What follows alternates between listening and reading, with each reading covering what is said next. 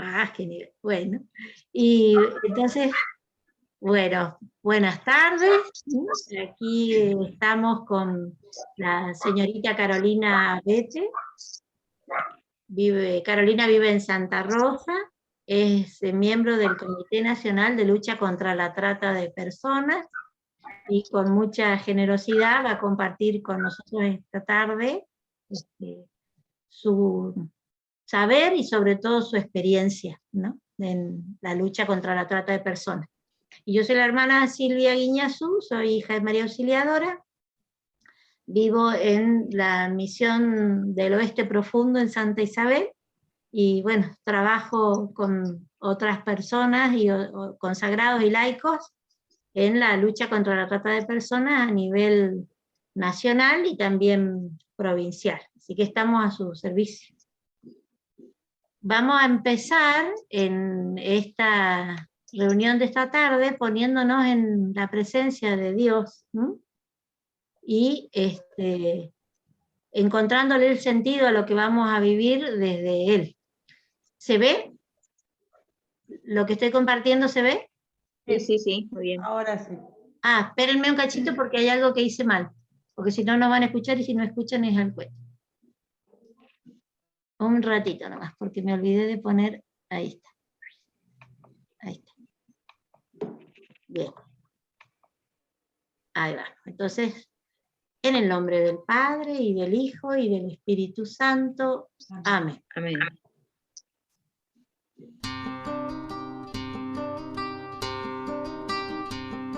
No cuentan las mujeres ni los niños, no cuentan quienes vagan marginados, no cuenta quién es pobre o está enfermo, ni cuenta quién está crucificado, no cuentan quienes no tienen trabajo, ni tampoco quien sufre una adicción, o quien habla otro idioma en tierra extraña, no cuenta quién es de otro color. Mas para ti son quienes cuentan, son quienes cantan la gloria de Dios, son tu rostro, Señor, crucificado, son tu rostro, Señor, resucitado. Para ti son quienes cuentan, son quienes cantan la gloria de Dios, son tu rostro, Señor, crucificado, son tu rostro, Señor, resucitado, eres tú.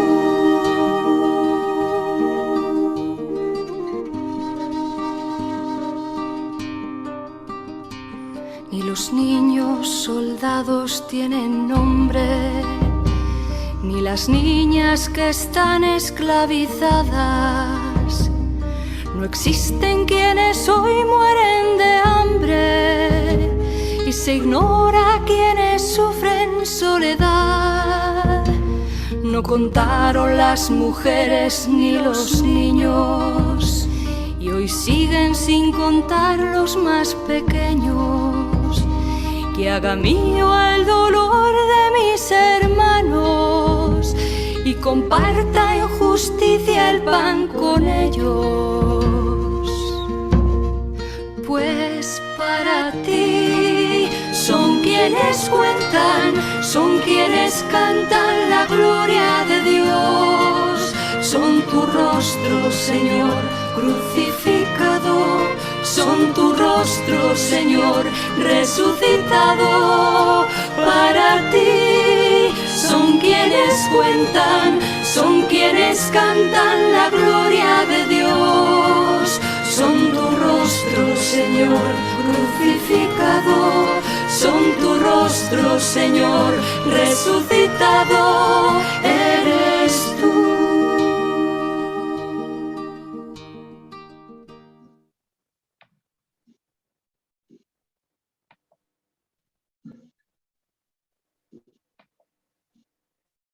Bien. Entonces, con esta actitud, ¿no? de contemplar al Señor en nuestros hermanos que sufren. Nos ponemos en sintonía. Galaxy A10, bienvenida también, buenas tardes. Y ahora, bueno, vamos a escuchar a Carolina y después, si cuando termine Carolina su exposición hay alguna duda, podemos hacer las preguntas ahí. Después paso yo y también hacemos lo mismo. Así que, Caro, tienes la palabra. Bien. No sé si decir qué linda introducción, pero fue muy sensibilizadora, así que muchas gracias por eso. Yo voy a compartir pantalla. Me dicen, porque esto siempre suele fallar, si ustedes ven bien ahí. Voy a ir pasando unas diapositivas y voy a ir hablando, va a ser como una introducción a la problemática de la trata y sobre las principales modalidades que tiene la trata. Y lo voy a hacer rápido como para que tengan los conceptos claros y después la parte que va a dar Silvia va a ser de los indicadores, que es lo que, hablando con Silvia cuando preparamos el material, era por ahí lo que yo quería hacer más hincapié, porque es la bajada al territorio y son las cuestiones que tenemos que estar alertas, que pueden ser las que sean disparadores de un posible delito. ¿Qué quiero decir con esto? No necesariamente se tienen que tener en cuenta y saber cuál es el número de la ley y demás, pero sí tener en cuenta los indicadores que nos pueden llevar a una alerta como para poder hacer la denuncia y saber cuáles son los canales de denuncia para poder que se haga una investigación después. Así que voy a empezar con la exposición para no hacerlo más extenso. A ver si puedo cambiar acá. ¿Ustedes ven bien la pantalla? Sí, Bien, Caro. sí, sí. Bien, perfecto. Bien, entonces, en este primer módulo vamos a ver como definición qué es la trata de personas. En nuestro país, lo que regulariza al delito de la trata es la ley 26.364, que después tiene una modificatoria, que se da la modificatoria en el 2018, que es la 26.842. Y ahí, en estas leyes, se define bien qué se entiende como trata de personas. Y dice que la trata de personas es el ofrecimiento, la captación, el traslado, la recepción y la acogida que tiene como fin último la explotación. Quiero que tomen en cuenta estas acciones que son el ofrecimiento, la captación, el traslado, porque es lo que hace específicamente a la trata de personas. Entonces, como tiene como fin la explotación y usan al cuerpo humano, digamos, a las personas como mercancía, es como uno de los delitos más aberrantes de la violación a los derechos humanos. Es esto de dejar en claro que la trata tiene como fin esa explotación humana. Paso, si voy muy rápido me van avisando, pero digo, voy dando como estos conceptos generales y después nos vamos, ahí voy admitiendo a José Luis que está ingresando también. Y después se entiende como explotación que supone las relaciones de sometimiento. ¿Esto qué quiere decir? Que una explotación supone que hay una coerción en la libertad de las personas y en la voluntad propia para hacerlo. Dentro de la explotación se dan lo que es servidumbre, trabajo forzado, explotación sexual, matrimonio forzoso, pornografía infantil, ablación de órganos, y hay otro también importante que no está acá, que es la mendicidad infantil. Espérate que no quiero ir muy rápido, ahí está. Y acá quiero hacer una diferencia entre lo que es trata y explotación. La explotación es, como decía, y voy a ser reiterativo con esto, pero es importante, es el fin último que tiene la trata. Pero para que haya trata, tiene que haber alguno de las acciones que comentábamos anteriormente. O sea, que tiene que haber un ofrecimiento, tiene que haber una captación, tiene que haber un traslado y tiene que haber una acogida. para que haya trata. Puede que haya trata que se puede dar con el delito en algunas de esas instancias sin llegar a la explotación, y puede que haya explotación sin trata. ¿Cuándo hay explotación sin trata? Cuando no se da ni un traslado, ni una captación, sino que a lo mejor se puede dar una persona de la misma, no sé, pongo como un ejemplo claro, una persona está siendo explotada laboralmente, pero no viene de otro lugar, no se produjo un traslado, es de la misma zona donde se da la explotación, entonces solo se consuma el delito de explotación y no así el de trata. Es importante que para que haya trata tengan esto. Vuelvo a repetir, perdón si soy reiterativa, pero es importante que lo tengan en cuenta, esto de un ofrecimiento, una captación, un traslado y una acogida. Acá doy, como ya más o menos explicaba, el marco normativo que tiene nuestro país. En el 2008 se crea la ley 26.364. Los principales aspectos que tiene esta ley es donde se da la definición de trata de personas. Hasta ese momento la Argentina no tenía una regulación, simplemente había algunos tratados, como el Tratado de Palermo, donde la Argentina era parte, pero no se había legalizado, no había una legislación sobre la problemática de trata. Entonces, para que haya una legislación se hace esta definición, se crea la figura penal, se distinguen estas etapas que yo mencionaba antes, se incluye tanto una trata interna y una trata internacional, se federaliza el delito, y después vamos a hablar puntualmente sobre eso, se le da derecho a las víctimas y se establece la cláusula de la no punibilidad. Con la reforma, se modifica esta ley porque había algunas cuestiones que quedaban fuera del tratamiento de la ley inicial. Entonces, por ejemplo, una de las modificaciones es que se equipara entre víctimas de mayores y menores, porque antes no se tenían en cuenta las víctimas menores de edad. Se crea un sistema institucional, que es donde nosotros venimos a formar parte, que es la creación de un Consejo Federal y un Comité Ejecutivo. Yo formo parte de la dirección operativa de este comité ejecutivo, y acá me detengo un poquito como para explicar cuál es nuestra función.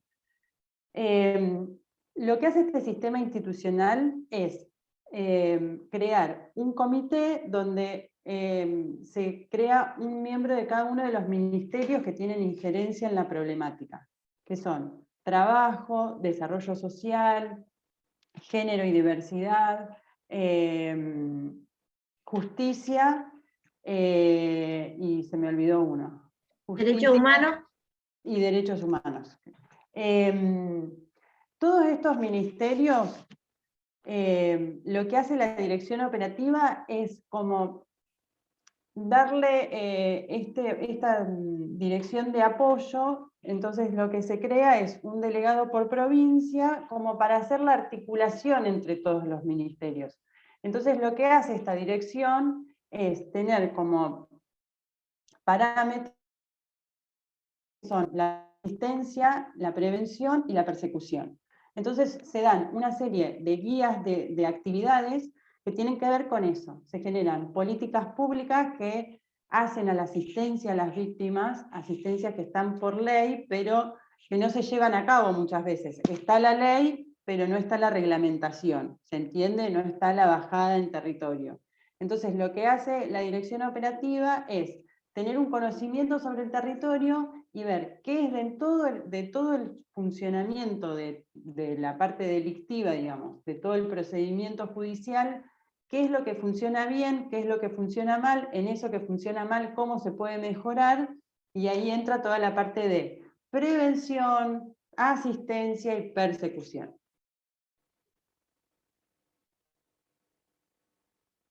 Bueno, hablábamos de estas acciones que tiene la trata de personas, y acá vamos a detenernos en lo que es el ofrecimiento.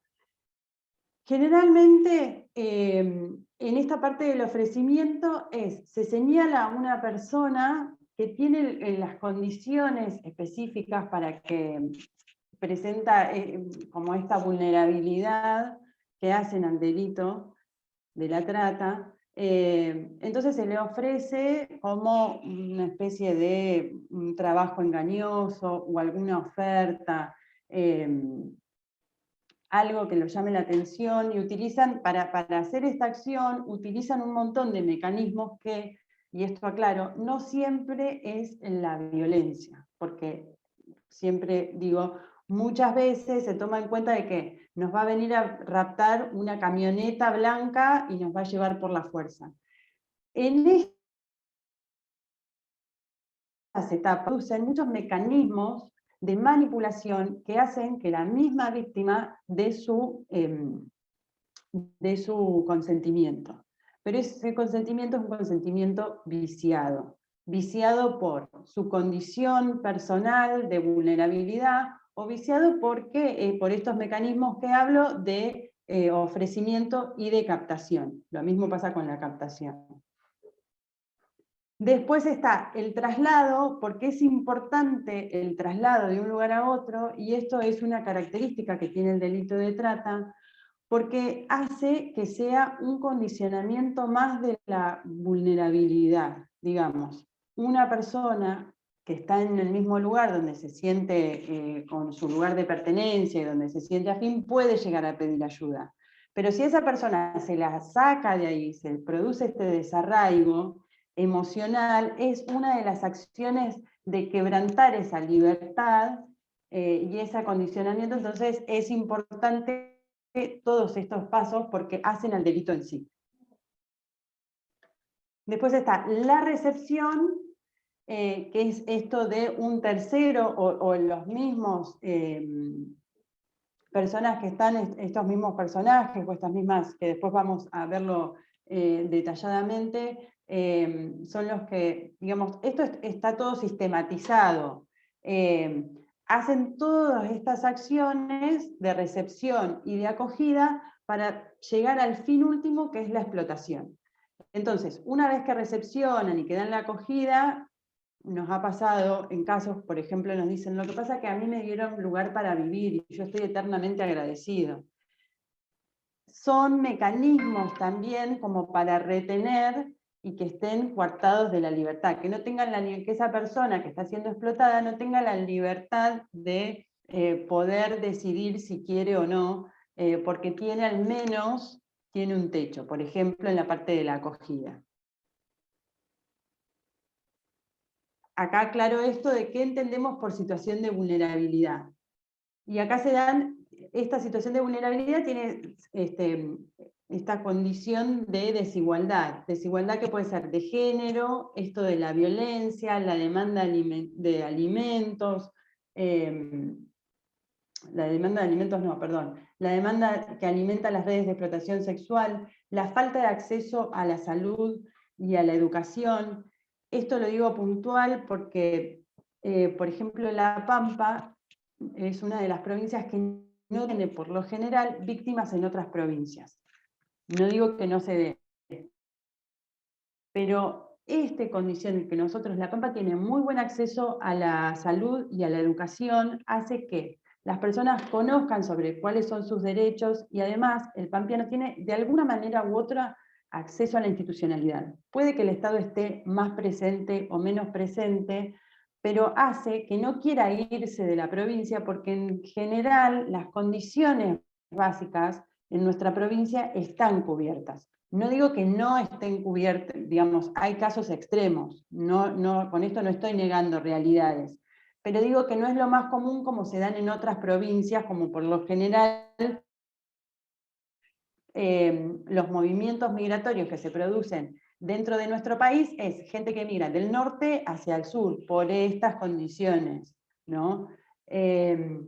Otra de las cuestiones de vulnerabilidad es la convivencia de diferencias funcionarios, fuerzas de seguridad y jueces.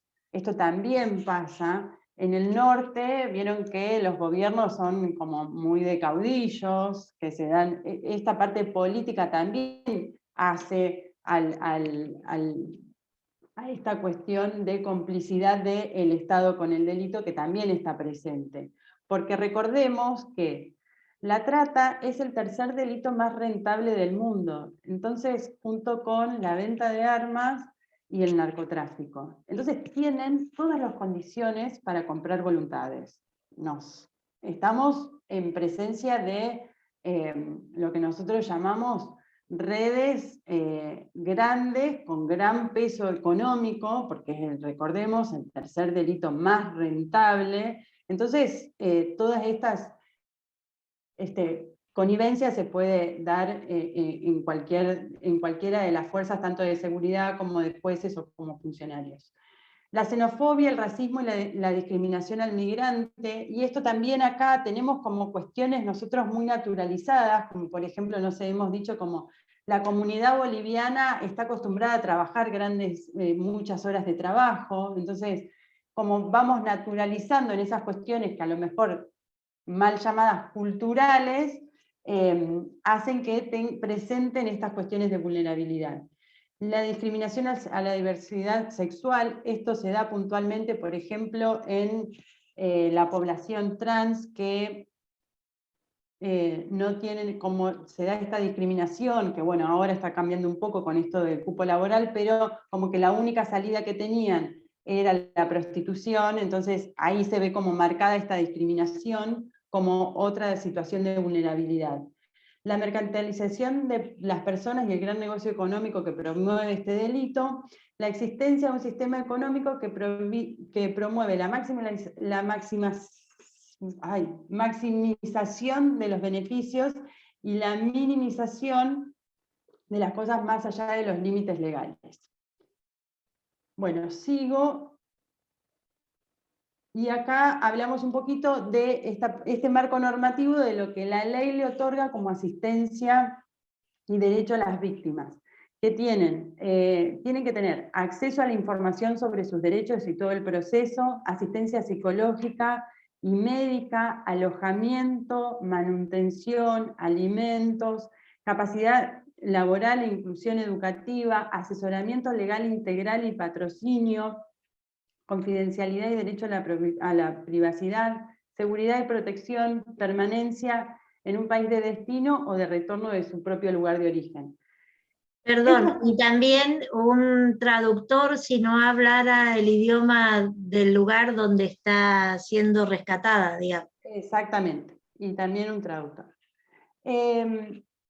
Estas cuestiones están por ley, pero es muy difícil de llevarlas a cabo en la práctica. Entonces lo que se está tratando de hacer ahora a través de la dirección operativa del comité es generar estos espacios de política pública.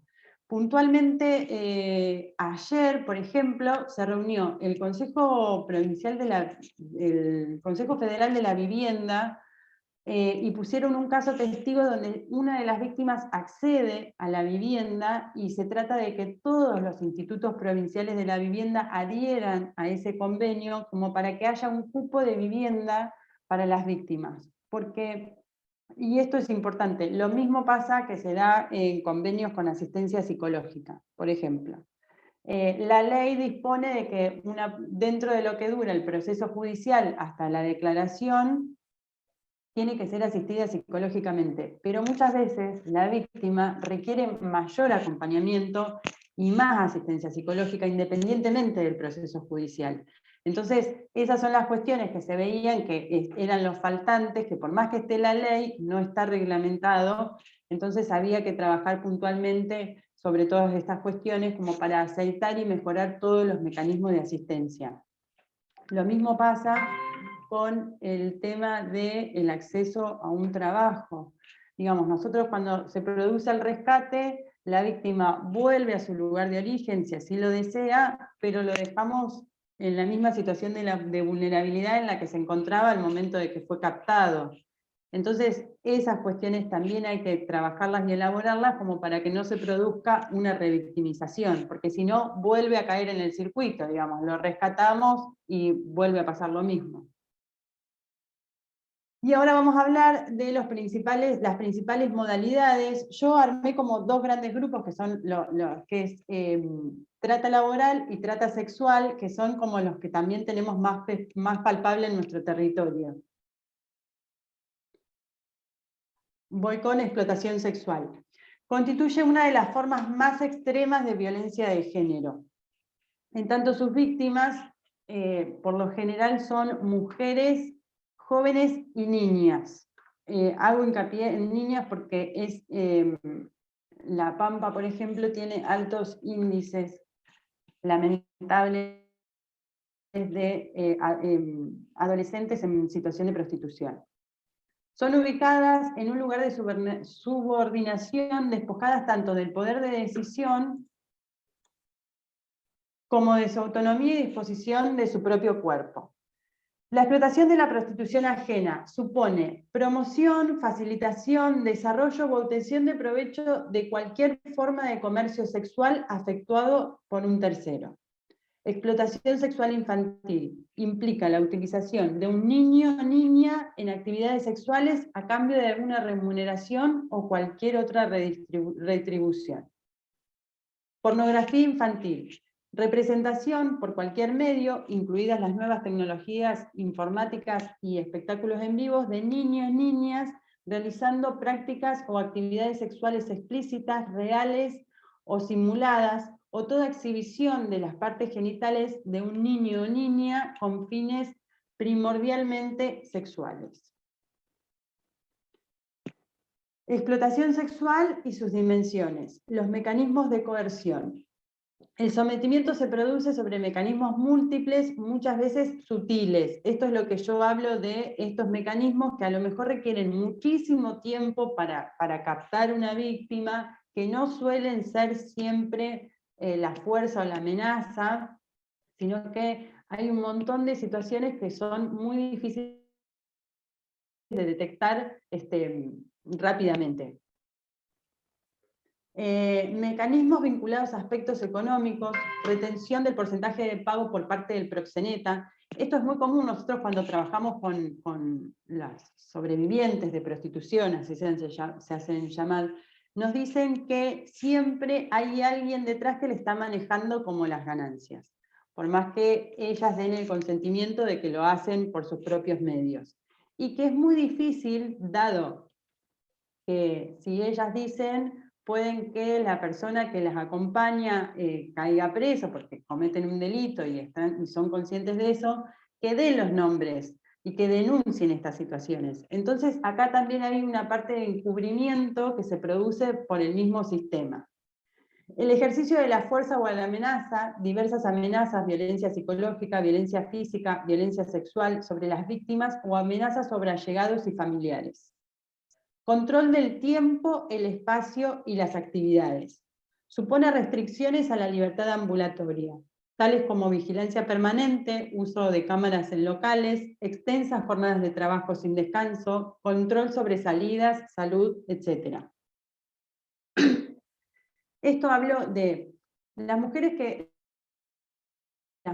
o las personas que están en explotación sexual, muchas veces toman esto del ejercicio de la fuerza o de la amenaza, esta violencia física y violencia sexual, como algo que está naturalizado.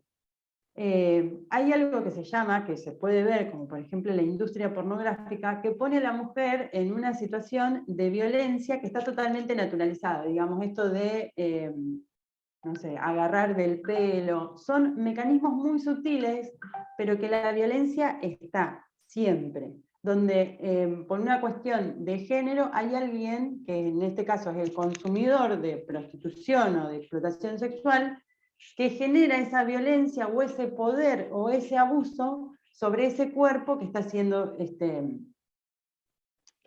trabajado. Control del tiempo, el espacio y las actividades. Esto tiene que ver con la libertad que tienen de movimientos. Por lo general, las personas víctimas dicen, no, pero yo puedo salir. Pero no tienen esta libertad de decir, bueno, dejo la actividad por mis propios medios, porque va a tener alguna consecuencia. Y esa consecuencia puede ser la amenaza, o puede ser que tenga un sometimiento emocional, o puede ser que tenga un sometimiento económico.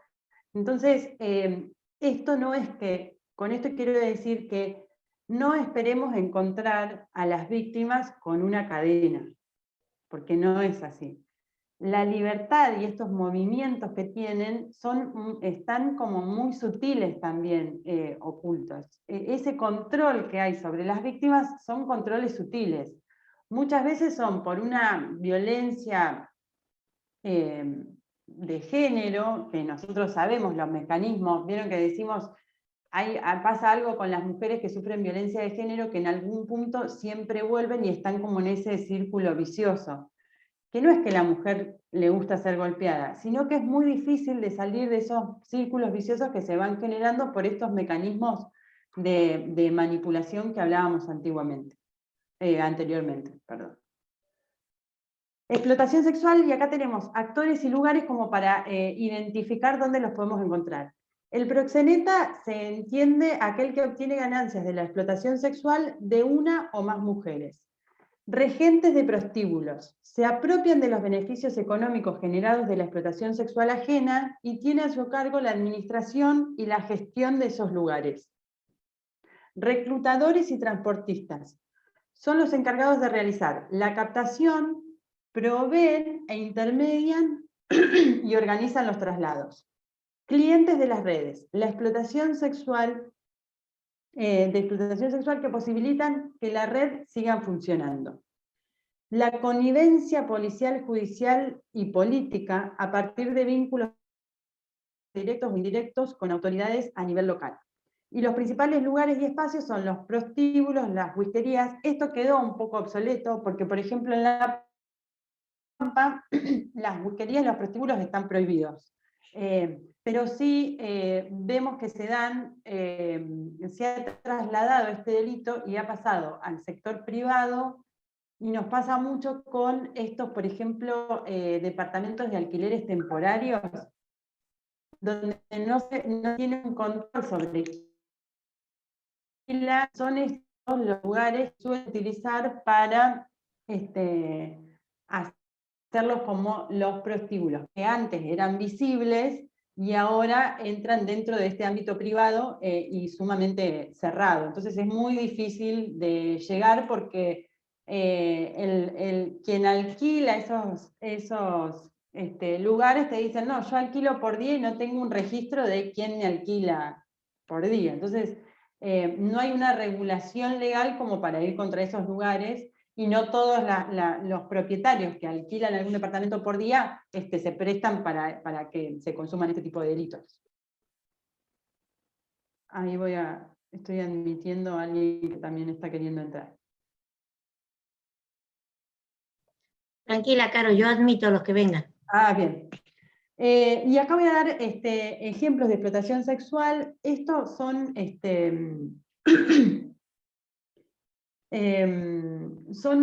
conversaciones que se han sacado de los distintos operativos que se han llevado a cabo de los testimonios de víctimas. ¿Qué dicen? Por ejemplo, en situaciones de prostíbulo. Acá no podés usar tu nombre verdadero, tenés que usar otro para la noche. Yo conozco el nombre de mis compañeras, en realidad no nos dejan hablar mucho entre nosotras. ¿Y esto qué pasa? No se sabe bien quiénes eran las chicas en el rescate, no sabían la identidad porque usaban nombres falsos, justamente para que no se produzca este reconocimiento. El encargado se queda todo el día, dice que es para cuidarnos, podemos salir 1 hora por día, siempre acompañadas. Igual no tenemos a dónde ir, estamos en el medio de la ruta.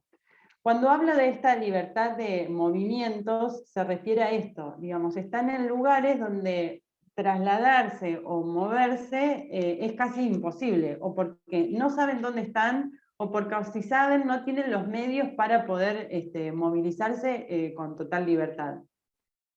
La prima de una conocida me ofreció trabajar en una casa de familia en Buenos Aires. Yo soy de Salta, pero viajé porque me pagaron el pasaje. Cuando llegué, una mujer que me esperaba me dijo que el trabajo era en Santa Cruz. Acepté porque necesitaba el dinero y además porque les debía el pasaje. Y ahora vamos a explotación laboral. Dentro de las modalidades, díganme si voy muy rápido o ¿Venimos bien? ¿No los estoy cansando? Están todas mudas. Bueno, sigo entonces. Dentro de la explotación laboral se dan como las modalidades: esclavitud, servidumbre y trabajo forzado. La esclavitud es la cesión de un individuo para venderlo o cambiarlo, y en general todo acto de comercio de personas. Servidumbre es un estado de dependencia o sometimiento de la voluntad en el que el victimario induce o obliga a la víctima a realizar trabajos o prestar servicios. Esto, reducción a la servidumbre, se da mucho en esta cuestión que mencionaban en el testimonio anterior, por ejemplo, que también se da en explotación sexual, que es reducción a la servidumbre por deuda. Se generan deudas con la víctima, como por ejemplo, vos venís a trabajar que yo te pago el pasaje y después me lo devolvés con trabajo, o esta cosa de yo te saco algún electrodoméstico o algo y vos después me lo devolvés con trabajo, además del pasaje, y esa deuda nunca se termina de pagar. Entonces uno termina siempre trabajando, no percibiendo una remuneración económica, sino que es esta idea de que tengo que pagar esta deuda y que estoy en deuda con mi empleador. Y el trabajo forzoso es aquella situación en la cual se obliga a las víctimas a trabajar contra su voluntad, bajo amenazas de violencia u otras formas de castigo, restringiéndole su libertad. Los indicadores que hay que tener en cuenta en la explotación laboral básicamente son tres. Cuando hablamos de explotación laboral se tiene que dar esto de extensas jornadas de trabajo, cuánto es el salario o esa remuneración que se da por esa jornada de trabajo, y el contexto, en qué condiciones. Puede que se dé un solo indicador o los tres. Cuando hablamos de jornadas, la regulación de nuestro país son 8 horas de trabajo, a no ser que algún trabajo específico, pero digamos, está reglamentado. Por ejemplo, no sé, el petróleo trabajan tantos días, 15 días, y 15 días tienen de descanso, pero es porque la actividad así lo requiere y está dentro de una reglamentación. Pero cuando son jornadas que no tienen descanso semanal, que trabajan los fines de semana, esto es muy común, por ejemplo, en las zonas rurales, donde como están en los mismos campos, el patrón le da tarea sábado, domingo, y no tienen la libertad de poderse tomar un día, porque como están ahí en el mismo lugar de trabajo, entonces no tienen ningún tipo de descanso, trabajan de sol a sol los 7 días de la semana. El salario tiene que ver con, digamos, cuando tiene que ser el salario igual al mínimo vital y móvil, que está por ley. Cuando es menor a eso, ya hablamos de una explotación, porque no se paga, esa remuneración es menor a lo que está establecido por ley. Y el contexto tiene que ver en las condiciones en las que el trabajador se encuentra. Esto nosotros vemos, por ejemplo, en los talleres clandestinos, textiles, se ven las condiciones en las que están, las condiciones eléctricas, la maquinaria, si viven ahí, las condiciones de descanso, las condiciones de higiene y salubridad. Lo mismo pasa en los campos.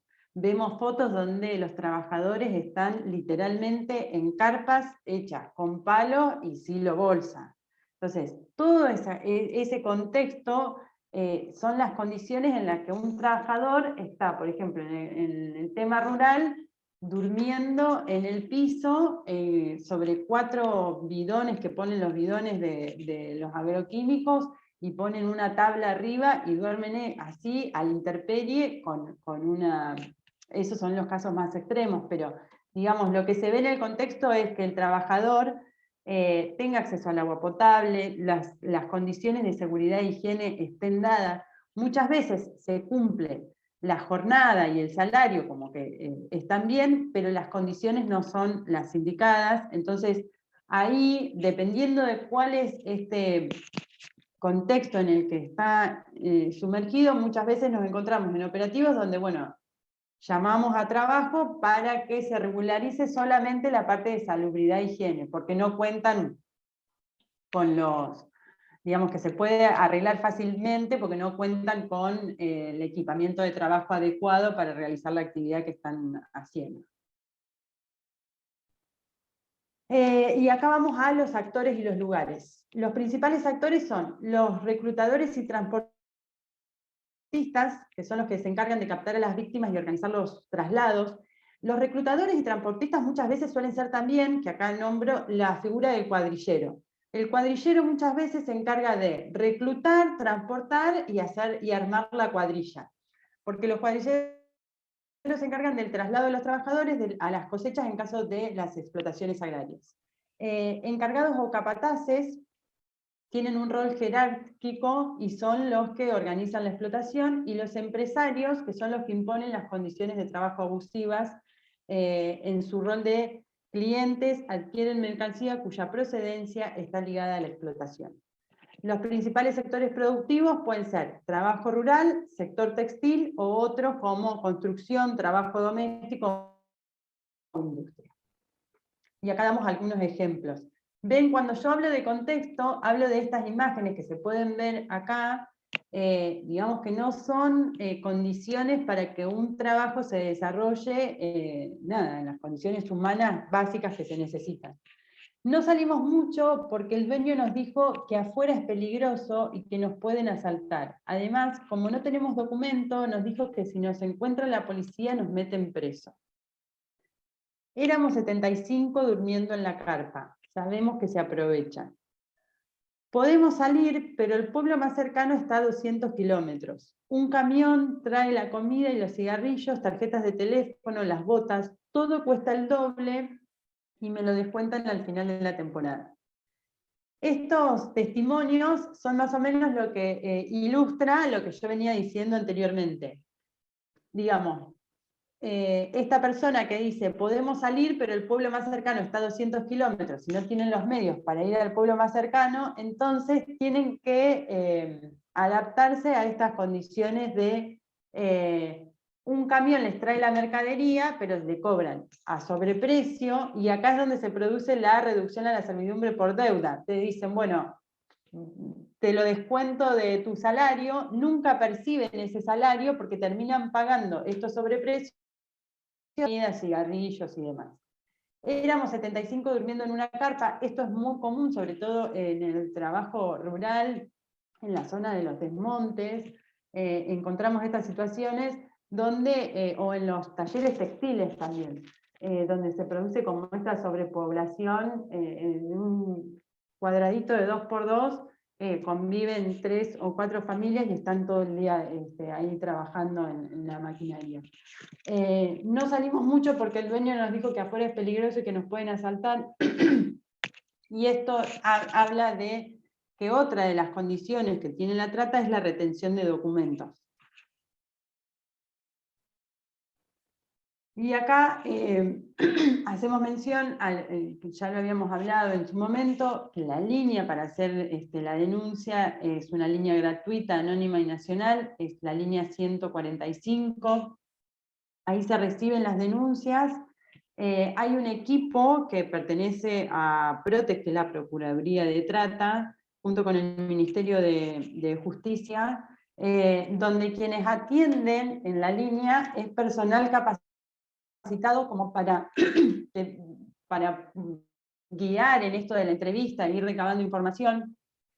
Cuando hablo de que es una línea gratuita, anónima y nacional, quiero puntualizar en esto de anónima. Por lo general, cuando se reciben los llamados, se pide algún número de contacto y algún nombre. Uno no puede no dar su identidad, pero lo que significa de anónima es que no va a aparecer el nombre de quien denuncia en el proceso judicial, sino quien es el querellante. En este caso sería la Procuraduría de Trata. No es la persona que llama quien denuncie, que va a aparecer y que la van a llamar a declarar. Simplemente lo que van a hacer es, por lo general, tomarle un número de contacto por si hay algún dato que no se ha completado, como para seguir teniendo más información en el caso de que haya que hacer una investigación preliminar. Y esto es importante, que ante la sola sospecha de los indicadores que va a ir dando Silvia a continuación, se denuncie. Y acá este material después lo podemos compartir. Estos son los números del comité. Este es el número de WhatsApp, que ahí también, si no quieren llamar a la línea 145, lo que se pueden hacer acá es una línea de consulta y de orientación, entonces ante cualquier duda también se pueden despejar, así que es importante tener como otro número de referencia, o muchas veces lo que decimos es que la línea 145 no siempre funciona, o las líneas dan ocupadas porque están un poco saturadas, entonces es como otro número que tiene, que lo maneja la dirección operativa, donde se recepcionan denuncias. No es una línea puntual de denuncias, pero sí se recepcionan denuncias y se mandan después a Protex. Bueno, muchísimas gracias por la atención, y ahora le paso la palabra a Silvia. Gracias, Caro. Tenés que dejar de compartir ahora, si nos vemos todos. Ahí dejo de compartir. Ok. Bueno, ¿están bien? Vamos a hacer un poquito de movimiento para oxigenar el cerebro, ¿ah? Porque mucha información y por ahí nos deja medio. ¿Ah? Entonces, les invito a frotar así bien las manitos, porque nuestras manos tienen las terminaciones nerviosas de todo nuestro cuerpo, entonces eso ayuda un poco a distender, a oxigenar, ¿sí? Se tienen que poner calentitas las manos, ¿sí? Ahora vamos a subir las manos y sacudir las manos arriba, y respiramos hondo, y echamos el aire, y bajamos las manos, otra vez.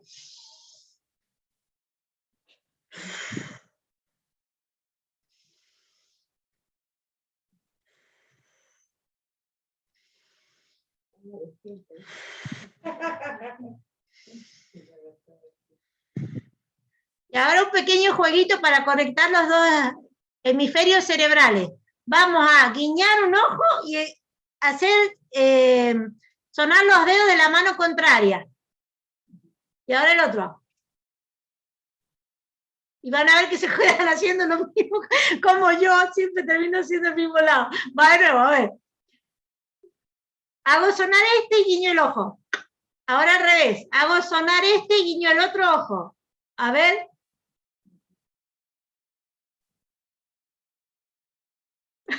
Tengo la capacidad para guiñar un solo ojo. Bueno, muy bien. Otra vez las manos así. Ahora sí. Bueno, y ahora abrimos un ratito el micrófono para ver si tienen alguna duda, algún comentario, alguna cosa, ¿vamos bien? Pueden desmutearse para decir cómo vamos. O sea, abrir el micrófono. Hay mucha información de la cual no... y una temática que no somos habitués, o sea, no manejamos, así que, no sé, me imagino que tendremos que hacer un cuadro sinóptico o algo que nos despeje un poco los caminos, pero bueno, yo creo que lo más importante es entrar en tema e ir viendo que hay lugares donde se pueda recurrir. De todas maneras, veo que no es sencillo el tema de la atención y la llegada de la problemática, la recepción de la problemática. Sí. Ángela. Sí, Silvia, adelante. Una cosa que hemos aprendido, que no basta la buena voluntad, ¿no? Sino que un mínimo de capacitación necesitamos tener. O sea, porque si nosotros, por ejemplo, no conocemos que hay algunas leyes que resguardan a las víctimas, nunca como ciudadanos civiles vamos a pedir que el Estado se haga cargo, digamos, porque las desconocemos.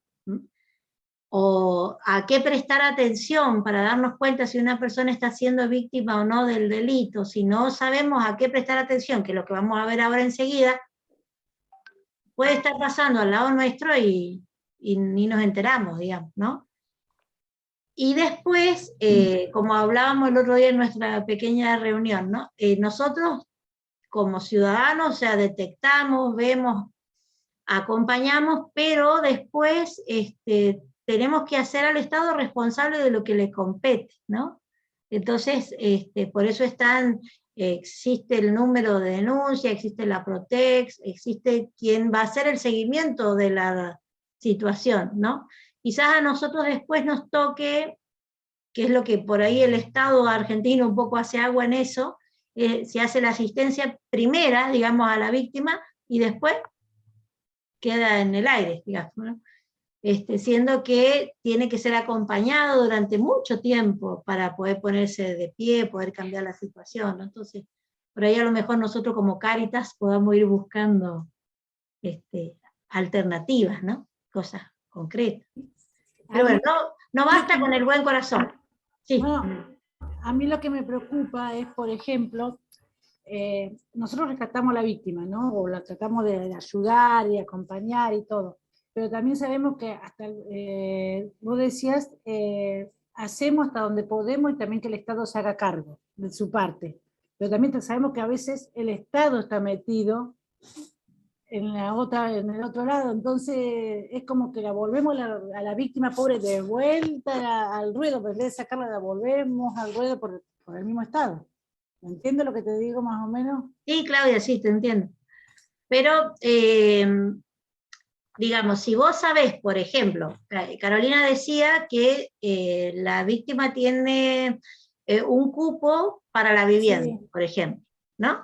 Entonces, si nosotros lo sabemos, como ciudadanos podemos nuclearnos y pedir, por ejemplo, al Estado provincial en La Pampa, que haga efectivo ese derecho que tienen las víctimas, en que cada barrio que se haga, exista una vivienda destinada para ser habitada, sea ser propiedad de una víctima, por ejemplo, ¿no? Entonces, es muy distinto a que vos a una persona que más o menos acompañe, hay muchas ONG también que trabajan en el acompañamiento y rescate, ¿no? Es muy distinto que tenga la persona que volver al mismo lugar donde salió con las mismas situaciones de hiperpobreza, a que tenga acceso a una vivienda, a que tenga acceso a una mínima capacitación laboral para poder hacer otra cosa, a que tenga acceso a una terapia, ¿no? El que una persona sea rescatada y sea ingresada dentro de los programas que existen a nivel nacional, le da un cierto marco de seguridad, ¿no? Y por ahí cuando vos haces una denuncia te dan un número al que vos podés después pedir información, ¿no? O como para acompañar, ¿no? No es que nosotros vamos a rescatar a Carolina y la vamos a volver a poner a donde estaba, ¿no? Sino que de alguna manera nos comprometemos, digamos, con la persona que rescatamos y más o menos la tratamos de vincular también con otros espacios como más sanos, donde pueda reinsertarse, donde pueda contenerse, ¿no? Nosotros hemos tenido experiencia de acompañar a algunas personas que se les ha conseguido, por ejemplo, el acceso a la vivienda, o se les ha conseguido el acceso a la terapia, ¿no? Pero bueno, eso lo vamos a ir desmenuzando después con el tiempo. Es un mundo grande, sí. Y nosotros somos así chiquititos, ¿no? Pero si nos dejamos vencer por el que sentirnos así chiquititos, no haríamos nunca nada, ¿no? Entonces, bueno, empezar a buscar. Exacto. A mí por ahí me mueve esto de el tema de las personas que están en la prostitución por ahí, ¿no? Yo, por la experiencia que he tenido, para que poder recuperarla tenés que sacarla directamente del lugar, porque si no, más allá de que queda visualizada, queda marcada, por más que no se la quiera, queda, y sabemos que el proxeneta o la persona que la llevaba a ejercer la prostitución o todo su entorno, siempre le va a estar, entonces hay que rescatarla del lugar, sacarla Pero para eso, para llevarla a otro lugar, tenemos que tener todos los medios para poderla acompañar, porque tampoco es llevarla a otro lado y dejarla, listo, hacete cargo, porque Claro. volvemos a lo mismo. No, Si no pero va a ser hay, el anterior, va a ser uno nuevo. no, porque es siempre vulnerable. hay organismos, hay congregaciones. Sí, Entonces, eso es el valor, digamos, que tiene el trabajo en red, ¿no? Porque vos haces una parte, el otro hace otra, el otro hace otra. exacto. ¿No? Vamos haciendo las conexiones para que la persona pueda ser acompañada y salir adelante, ¿no? Claro, Sí. bueno, realmente lo más virtuoso acá yo creo que es el trabajo en red. Sí. Eso es fantástico, porque bueno, empodera a muchas cosas.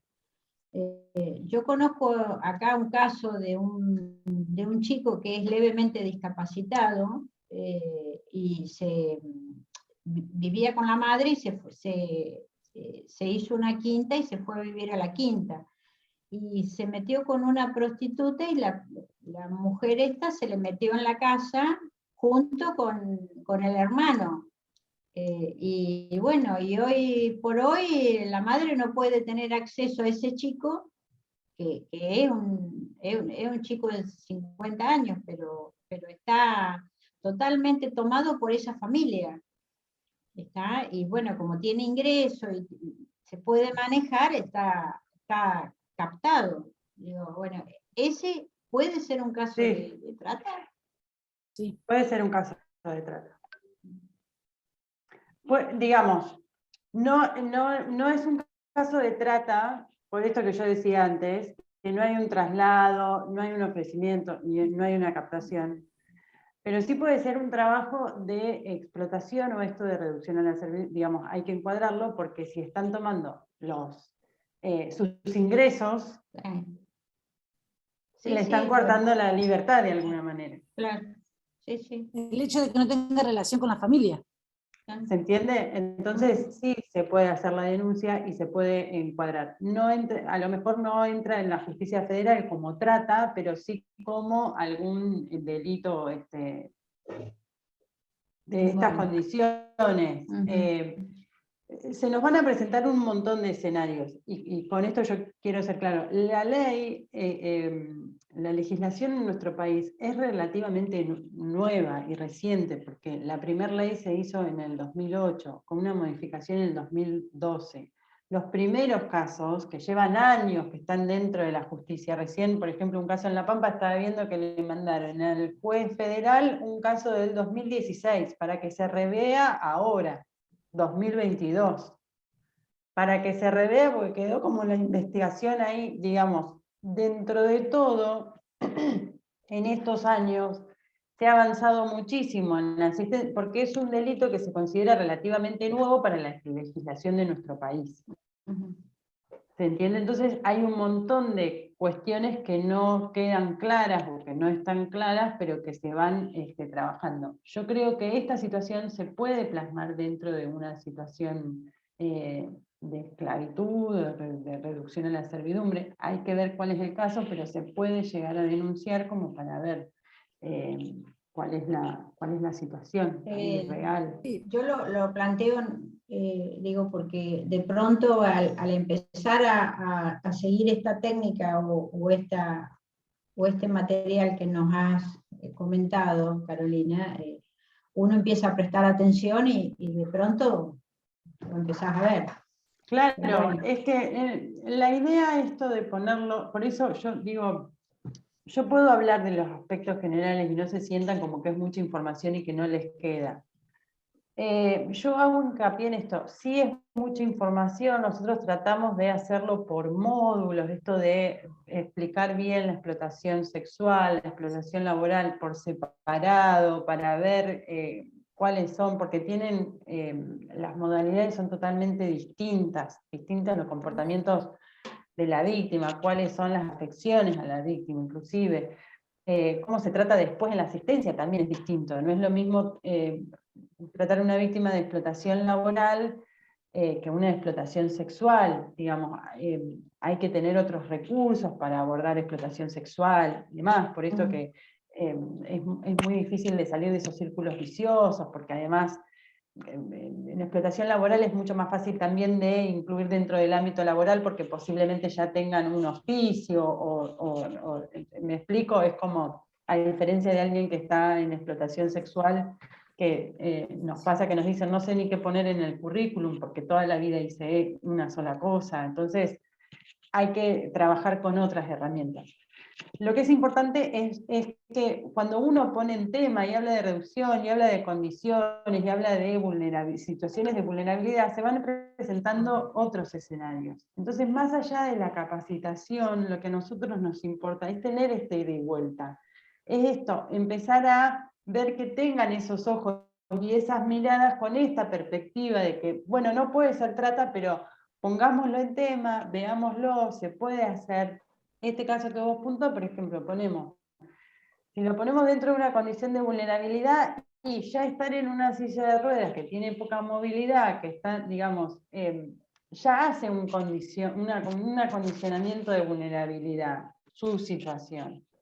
Si no se puede acercar a la familia, puede ser un caso de violencia también, de género, como un caso de violencia de género a la inversa, pero digamos, pero se puede dar una situación como para poner el ojo y ver qué es lo que está pasando, y no ser indiferente, decir no pasa nada, o dar algún encuadre, al menos que esto, que se investigue, porque puede ser una situación. Muchas veces esto también pasa, que las víctimas muchas veces suelen ser victimarias. La figura del cuadrillero muchas veces nos pasa que ha sido el empleado anteriormente, que le suben un poquito el rango y entonces capta a otros que están en su misma situación. ¿Me explico? Que, digamos, de víctimas se convierten en victimarios, pero es porque están dentro de este círculo medio vicioso que no pueden salir, entonces van cubriendo en algún momento, no siempre pasa, pero distintos roles dentro de ese círculo. Entonces, esta mujer, por ejemplo, que ha ejercido la prostitución y que ha sido prostituta, seguramente ahora está en una situación de ejerciendo un abuso que han ejercido sobre ella. Con esto no la quiero eximir de responsabilidad, ¿no? Pero digo, no está, pero bueno. Son muy comunes estas conductas abusivas de los mismos que han sufrido abusos. ¿Quieren ver a qué tenemos que estar atentos, lo que llamamos indicadores? ¿Ah? Sí, dale. Bien. Voy a compartir pantalla. Díganme, por favor, si se ve bien. Igual este material no se asusten porque se lo vamos a ver. Sí. ¿Sí? Sí. Bueno, quiero poner ahora la pantallita grande para que se vea bien. A ver. ¿Se ve en grande? Sí. ¿Sí? Sí. Y bueno, yo no lo veo. Ahora yo no lo veo. Bueno. Dice, las víctimas de la trata de personas pueden encontrarse en diversas situaciones. Vos podés desempeñar un papel en la identificación de estas víctimas. Entonces, frente a cualquier cosa, ahí... Se fue. Espérenme.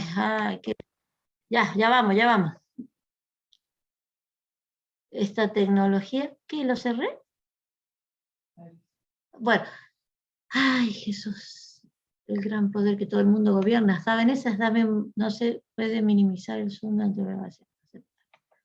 Dame un par de polainas para cubrirme las piernas. ¿Saben ese? Ahí va. No sé cómo hice para cerrarlo. Si hubiera querido, no me sale.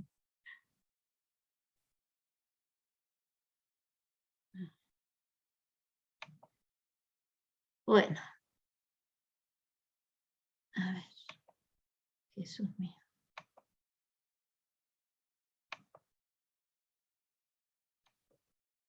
¿Lo ven? ¿Lo ven? Ahí se ve. Bien. Entonces, ahora vamos a ver a qué tenemos que estar atentos en cada uno de los casos de distintos tipos de trata de personas. ¿Se ve chiquito o se ve grande? Bien, bien. ¿Se ve grande? Bueno, Sí. decíamos, uno de los tipos de violencia y de trata tiene que ver con la mendicidad ajena, ¿no? Entonces, podemos ver que sean niños de la misma nacionalidad u origen étnico que se desplazan en grupos numerosos con unos pocos adultos solamente. Por ejemplo, cuando salen muchos chiquitos gitanos, por ejemplo, a pedir, que eso se ve en alguna de nuestras ciudades. Puede ser que sean menores no acompañados que han sido encontrados por un adulto de la misma nacionalidad o origen étnico. Por ejemplo, si llega a venir mucha gente de Ucrania para la Argentina, podemos encontrarnos con muchos niños ucranianos que están siendo acompañados por un adulto que no es su padre o su madre, ¿no? Después, en las ciudades grandes son estos niños que van y vienen en los medios de comunicación, no de comunicación, sino de transporte, ofreciendo estampitas, pidiendo cosas, ¿no? Muchas veces estos niños son obligados a mendigar y no viven con sus padres, o son explotados también por sus padres, ¿no? Muchas veces sufren discapacidades que pueden haber sido provocados por sus mismos explotadores. No siempre nacieron así, digamos, ¿no? Suelen mendigar en lugares públicos o transportes públicos. Pueden ser también quienes sean los encargados de comercializar drogas ilícitas, sobre todo los niños. Esto son los indicadores, algunos de los indicadores de la trata para la mendicidad. Vamos ahora a la explotación sexual.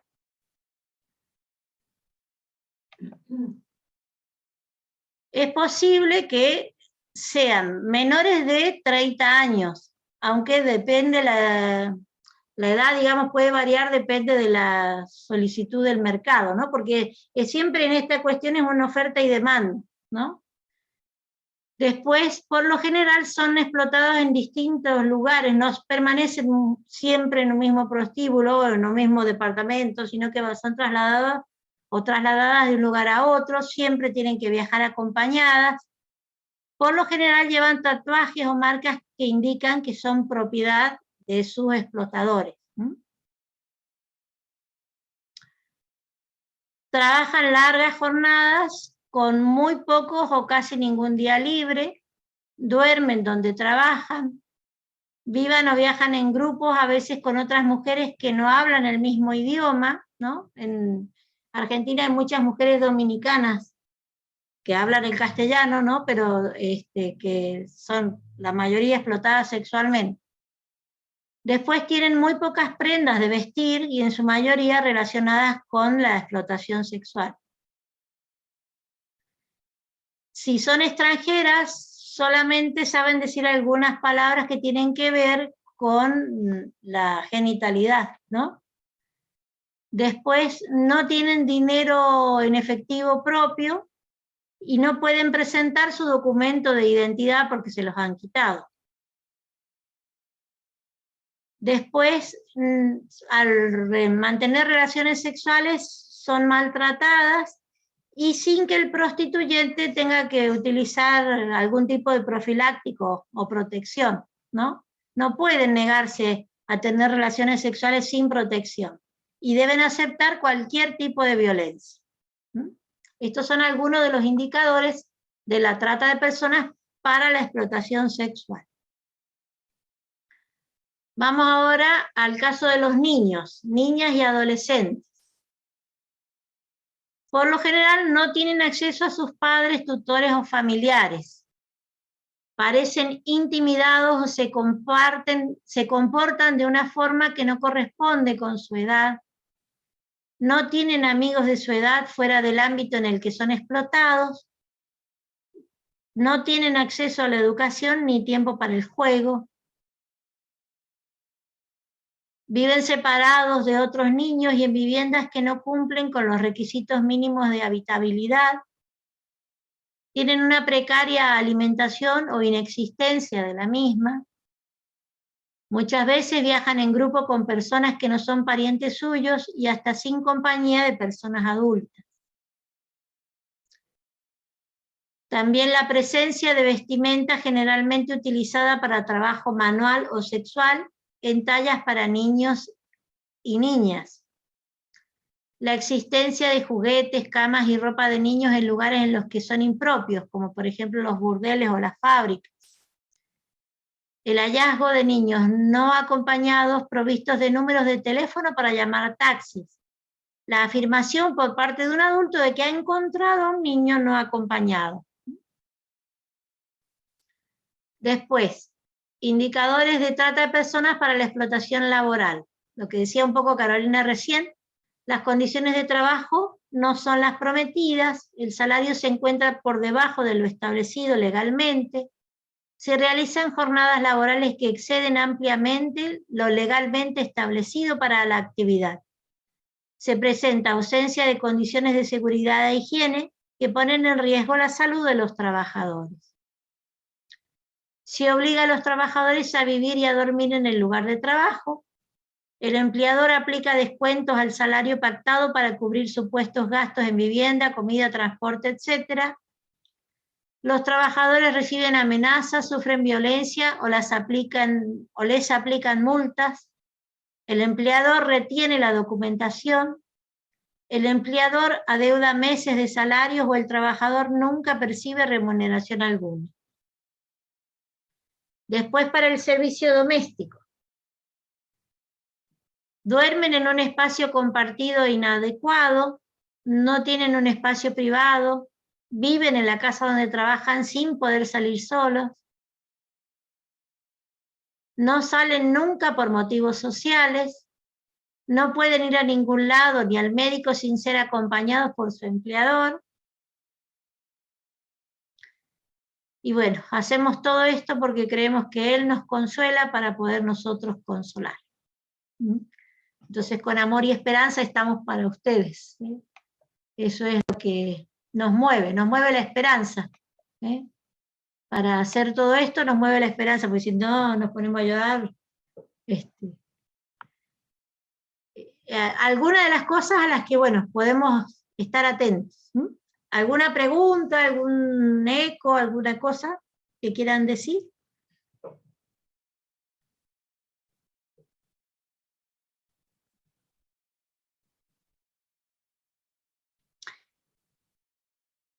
Por ahí desde Cáritas acompañamos a personas en muchas situaciones de vulnerabilidad, ¿cierto?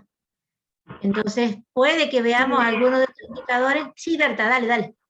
No, sí, que propiamente estaba yo pensando en eso, que cuánta gente vemos que vive en lugares muy precarios, y bueno, la verdad que a mí nunca se me había ocurrido pensar que algunas personas que viven así pueden ser realmente que están siendo explotadas. Yo siempre pensé, dije, bueno, no tienen dónde vivir y así, ¿no?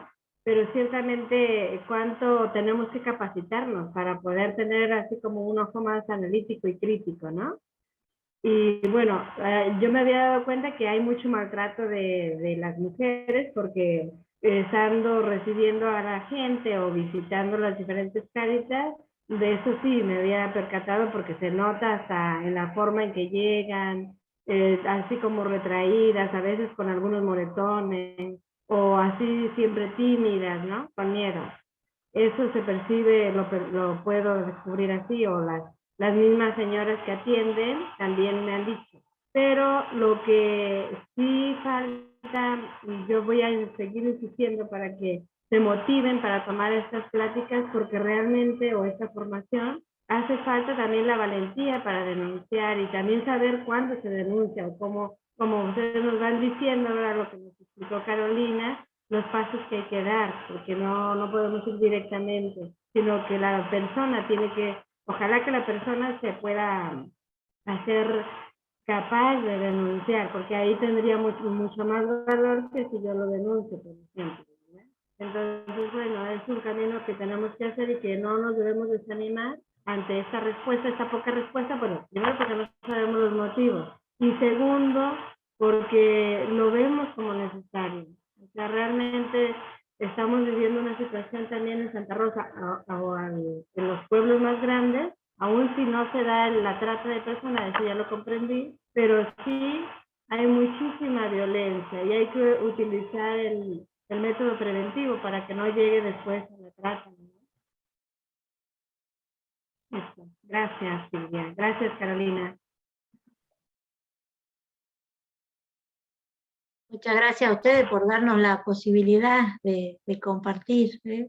Y de trabajar juntos, ¿no? Porque de eso se trata, ¿eh?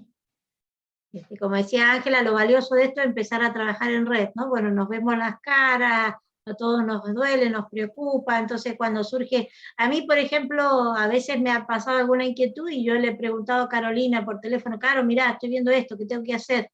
¿No? Y entonces ella me ha asesorado bien y bueno, hasta hemos acompañado un caso del Chaco desde acá, por ejemplo, ¿no? Y uno se va encontrando con otra gente que se mueve, ¿no? Porque así como hay gente que se mueve para el mal, gracias a Dios hay mucha gente que se mueve tratando de dar un poco más de calidad de vida a sus hermanos, ¿no?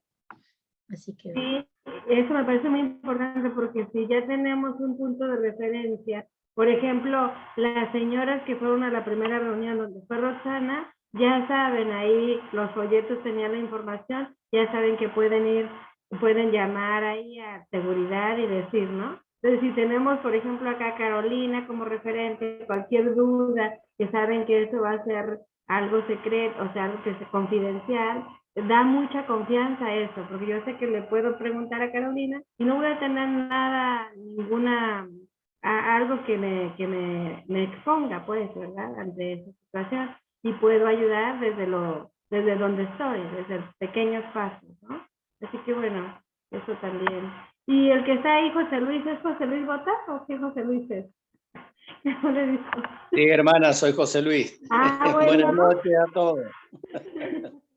Perdón, José Luis, que te exponga. Pero quería saber si eras tú. Bueno, bienvenido. Sí, realmente muy interesante las charlas. Me remitían un poco a mi antigua función, ¿no?